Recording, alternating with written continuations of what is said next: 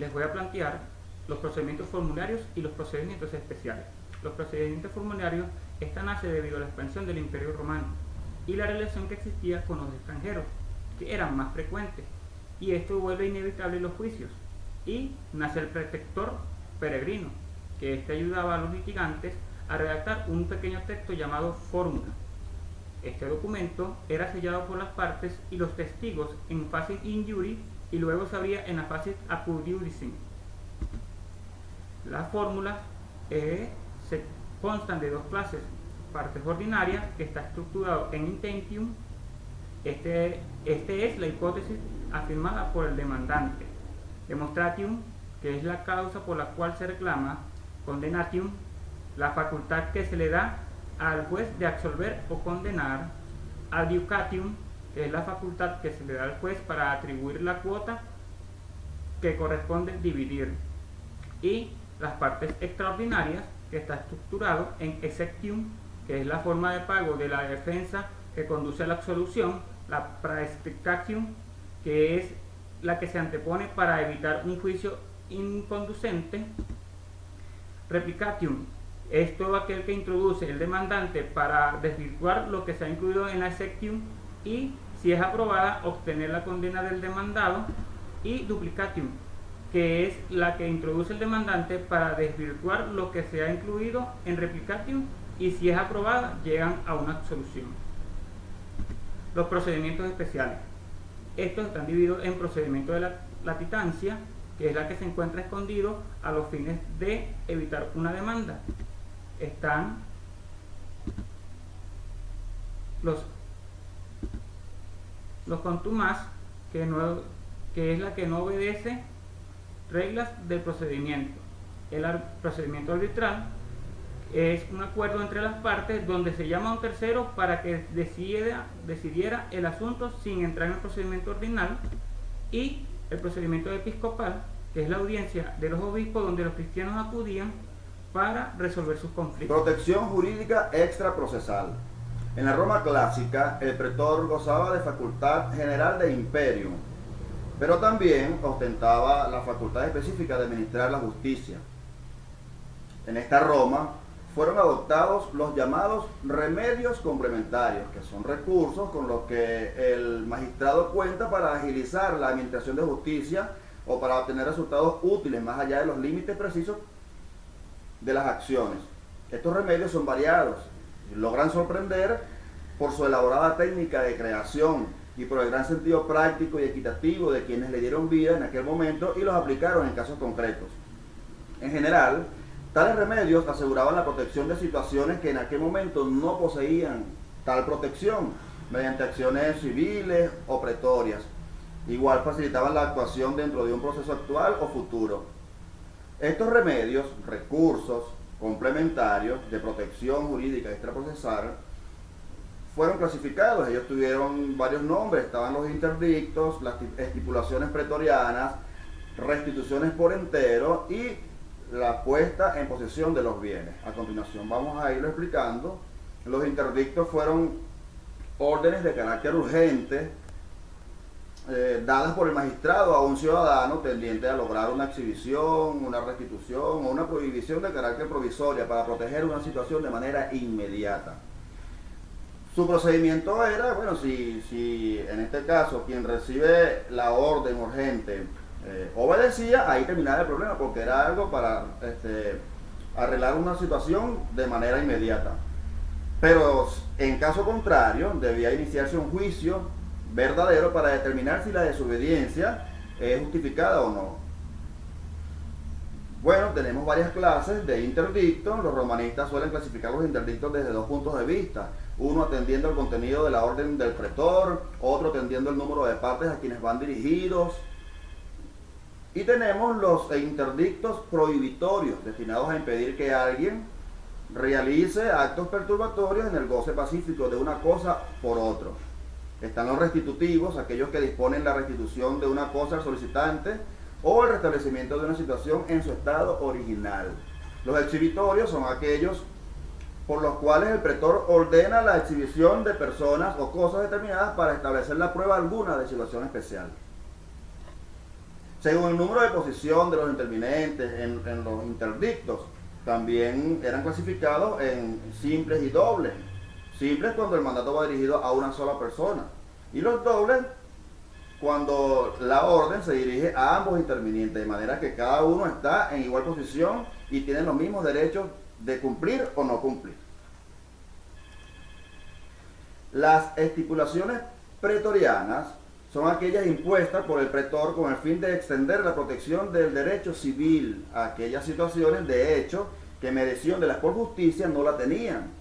En otras palabras, la jurisprudencia y en el edicto, las estipulaciones pretorias en el derecho romano eran aquellas estipulaciones impuestas por el pretor en ciertos supuestos para proteger determinados intereses, ya porque carecían de protección o porque éstas eran insuficientes.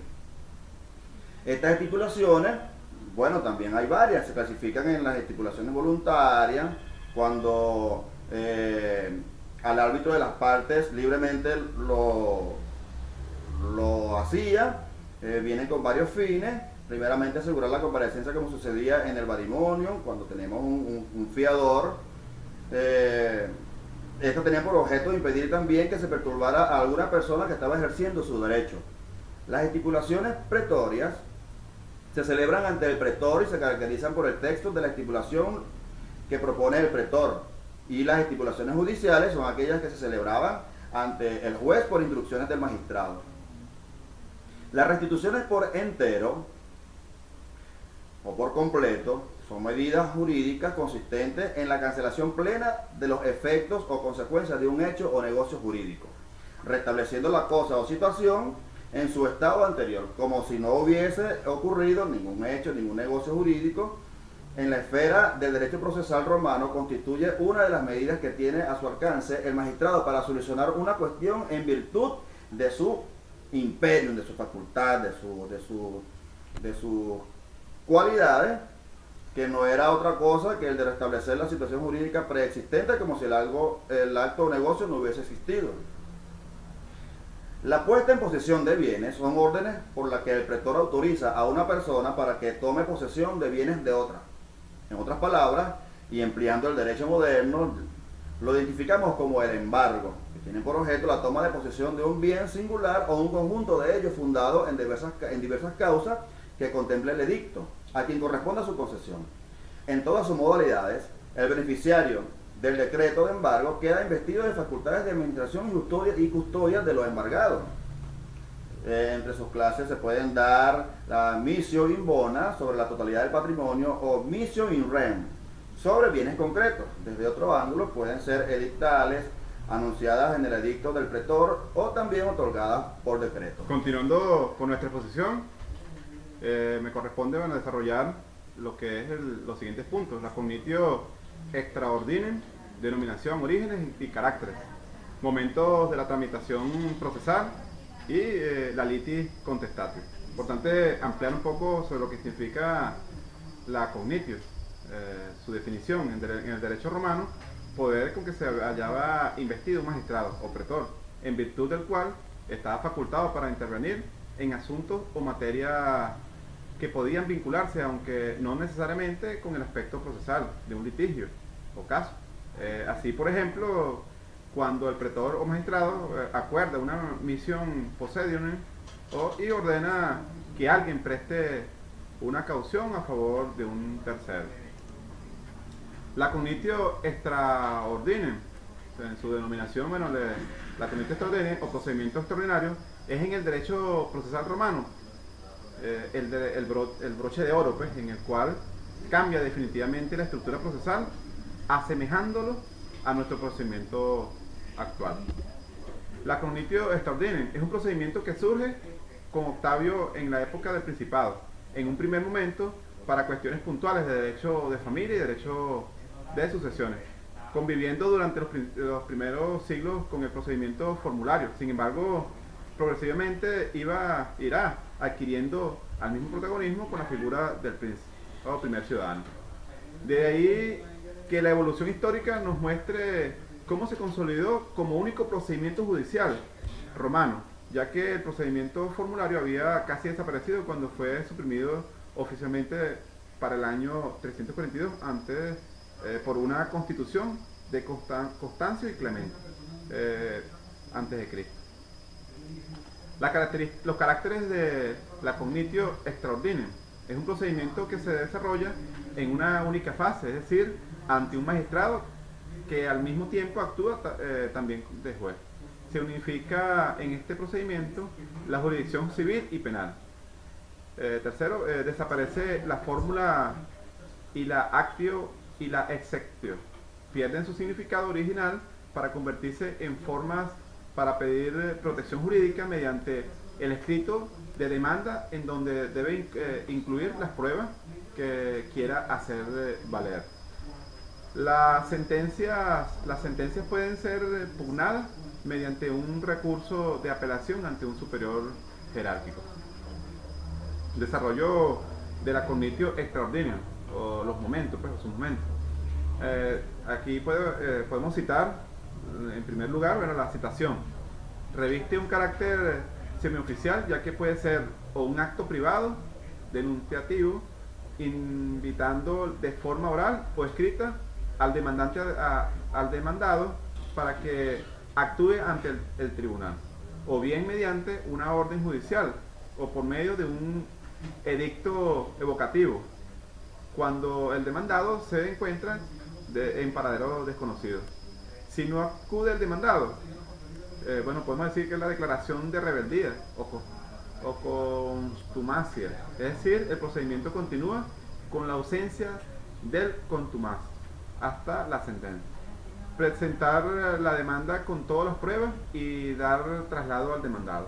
Posibilidad de solicitar al delitio litis, bueno, podemos decir que su significado de retrasar el problema, conflicto o controversia. Posibilidad de parar el proceso por parte del demandante o por el demandado, con el fin de obtener pruebas que no habían podido introducir con la demanda.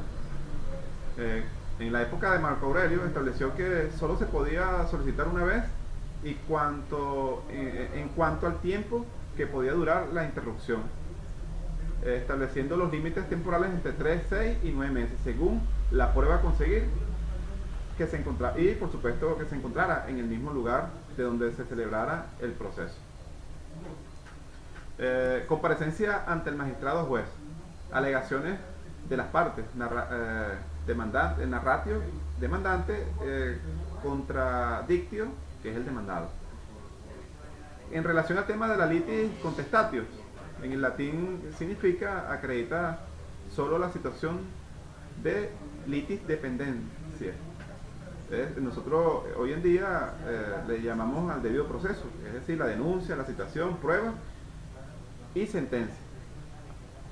Las prácticas de las pruebas, por ejemplo, como medio de prueba se establecen las declaraciones de las partes y de testigos. Documento público, expedidos por funcionarios, son los que expedidos por funcionarios, los expedidos por notarios o documentos privados. Tienen el mismo valor que los públicos siempre que estén firmados por 3 testigos como mínimo. Pruebas parciales, es decir, informes o dictámenes de expertos o peritos de las distintas profesiones u oficios, médicos, ejemplo, médicos, arquitectos, calígrafos, etc. Presunciones, es decir, hechos que se toman por ciertos por imperativo de la ley, distinguiendo entre las presunciones iuris tantum, que admiten pruebas en contrario, y presunciones iuris et iuris, aquellas que no admiten pruebas en contrario. En relación a la sentencia, es redactada por escrito y leída a las partes en audiencia pública, condenando al demandante o al demandado, y las que se incluyen las otras procesales. En relación a las apelaciones de la sentencia, podemos decir que las sentencias pueden ser objeto de un recurso de apelación ante el mismo tribunal que dictó la sentencia y evaluaría ante el superior jerárquico. Solo el firme la sentencia no apelada a la que en última instancia dicta el emperador. Ejecución de la sentencia, bueno, actio indicate. Entonces, con todos estos elementos, bueno, podemos desarrollar pues lo que implica todo el procedimiento de la cognitio extraordinarium con su denominación, origen y carácter.